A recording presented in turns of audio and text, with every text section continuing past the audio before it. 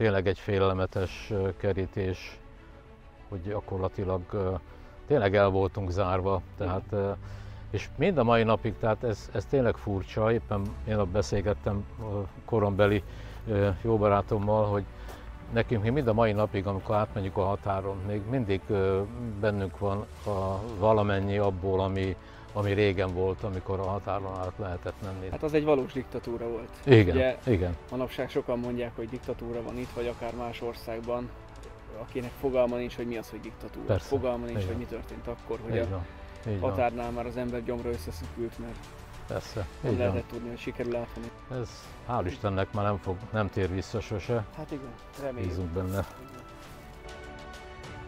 Amikor leadtam az osztrák tévének ezt az anyagot, átjöttem itt a Margitbánya felől a határhoz, és rajta volt a lakat a kapun. Ja, és, igen. És hát akkor még egy régi autóm volt, és voltak benne szerszámok, ugye ez mindig kellett.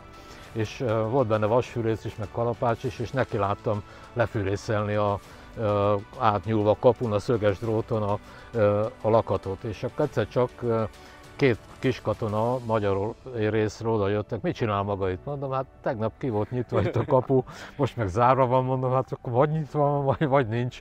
És azt mondták, hogy adja ide azt a fűrészt, itt nálunk jobban kézre áll, és akkor közös erővel segítettek, és elfűrészeltük a lakatot. Jó anyagból volt, Aha. és aztán végül is mégiscsak a kalapácsnak adta meg magát, úgyhogy... Aha, itt lett elkezdve a igen. vasfűrésszel. És ez egy nappal később, 20-án. Igen.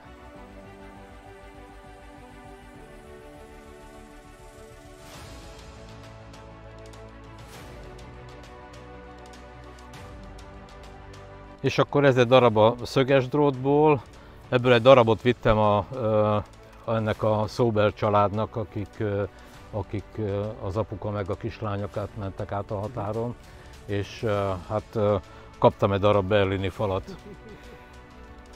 Úgyhogy van egy szöges drót, és meg van egy darab berlini fal. Igen.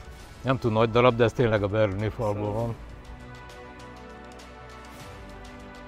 Eredeti lakat, a drót és a berlini fal, amiből meg a berlini talán mondhatjuk, fal. hogy itt vertük ki az első betondarabot. Igen, hát igen. Ez jó beton volt egyébként, egy elnézi az ember.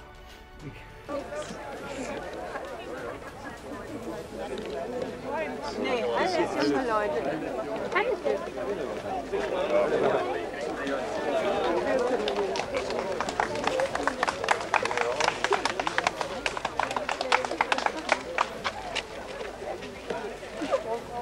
Alles